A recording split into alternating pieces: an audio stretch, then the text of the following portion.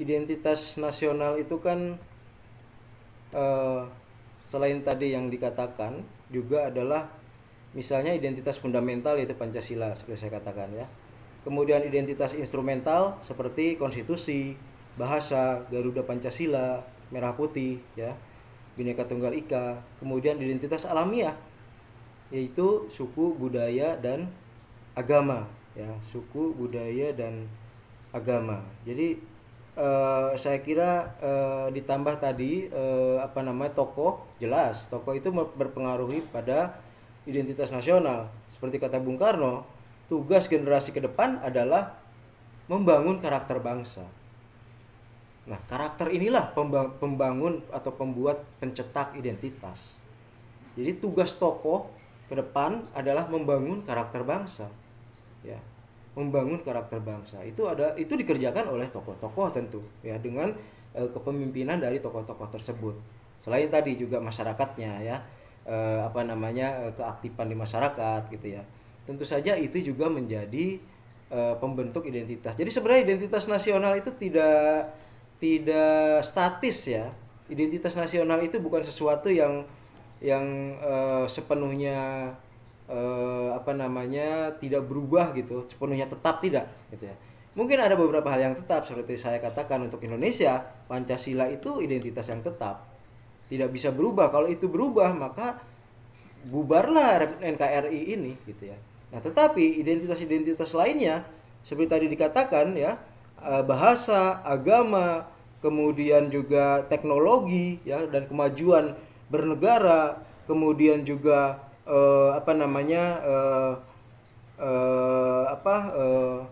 lain-lainnya ya, seperti tadi pemimpin, tokoh, kemudian birokrasi, itu semuanya pembentuk identitas nasional gitu ya. Identitas nasional itu bisa berubah. Kalau dulu misalnya orang Indonesia dikesankan sebagai orang-orang yang ramah, yang baik, yang sopan terhadap tamu, jangan-jangan sekarang sudah berubah gitu ya. Jangan-jangan orang Indonesia sekarang sudah berubah seperti misalnya kasar dan lain sebagainya ya. Nah, itulah pentingnya membangun karakter bangsa terus menerus gitu ya. Apalagi kalau kita mencita-citakan ingin menjadi superpower dalam pariwisata misalnya ya. Kalau superpower dalam pariwisata, syarat mutlaknya adalah warga negaranya, rakyatnya, penduduk di daerah wisata itu harus ramah, sopan ya, harus menyenangkan gitu ya. Kenapa Bali misalnya terkenal sampai ke seluruh dunia dan sekarang menjadi wisata utama dunia?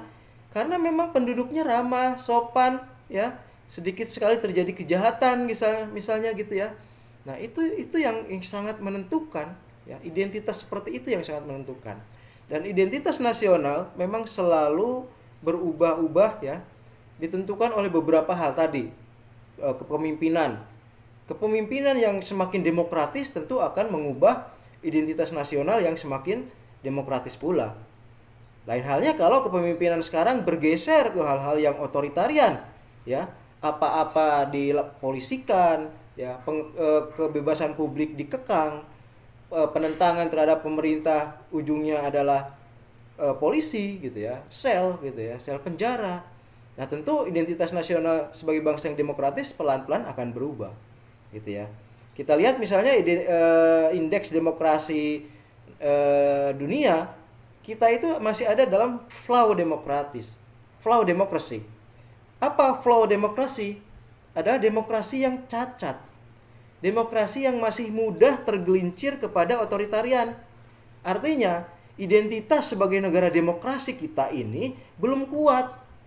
Identitas sebagai negara demokrasi kita ini masih bisa berubah. Apa yang bisa merubah? Tadi tokoh ya, pemimpin. Kalau pemimpinnya cenderung otoriter ya, tidak mau toleran terhadap pemikiran yang lain ya, tidak mau toleran terhadap kritisisme masyarakat, maka tentu saja identitas kita sebagai bangsa yang demokrasi itu akan berubah gitu ya. Saya kira itu ya sebagai tambahan terkait dengan faktor-faktor identitas nasional itu.